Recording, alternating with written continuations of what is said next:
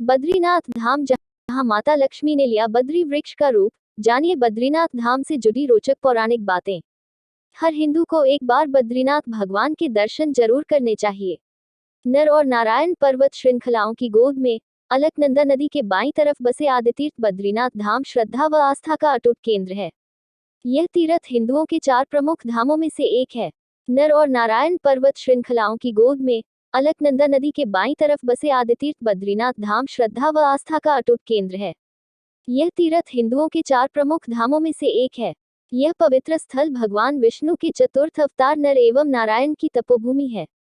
इस धाम के बारे में कहावत है कि जो जाए बद्री वो न आए उद्री, यानी जो व्यक्ति बद्रीनाथ के दर्शन कर लेता है उसे माता के गर्भ में दोबारा नहीं आना पड़ता। प्राणी जन्म और मृत्यु के चक्र से छूट जाता है। तपस्या के लिए शिव से मांगा यह स्थान। जब भगवान श्री विष्णु अपनी तपस्या के लिए उचित स्थान देखते देखते नीलकंठ पर्वत और अलकनंदा नदी के तट पर पहुंचे, तो यह स्थान उनको अपने ध्यान योग के लिए बहुत पसंद आया। पर यह जगह तो पहले से ही शिवभूमि थी। तब विष्णु भगवान ने यहाँ बाल रूप धारण किया और रोने लगे। उनके रुदन को सुनकर स्वयं माता पार्वती और शिवजी उस बालक के समक्ष उपस्थित हो गए और बालक से पूछा कि उसे क्या चाहिए। बालक ने ध्यान योग करने के लिए शिव से यह स्थान मांग लिया। भगवान विष्णु ने शिव पार्वती से रूप बदलकर जो स्थान प्राप्त किया वही पवित्र स्थल आज बद्री विशाल के नाम से प्रसिद्ध है। लक्ष्मी जी ने लिया बद्री वृक्ष का रूप। एक समय भगवान विष्णु तपस्या में लीन थे तो अचानक बहुत हिमपात होने लगा। तपस्यारत श्रीहरि बर्फ से पूरी तरह ढकने लगे। उनकी इस दशा को देखकर माता लक्ष्मी ने वहीं पर एक विशालकाय बेर के वृक्ष का रूप धारण कर लिया और हिमपात को अपने ऊपर सहन करने लगी। माता लक्ष्मी भगवान विष्णु को धूप, वर्षा और हिमपात से बचाने के लिए कठोर तपस्या करने लगी।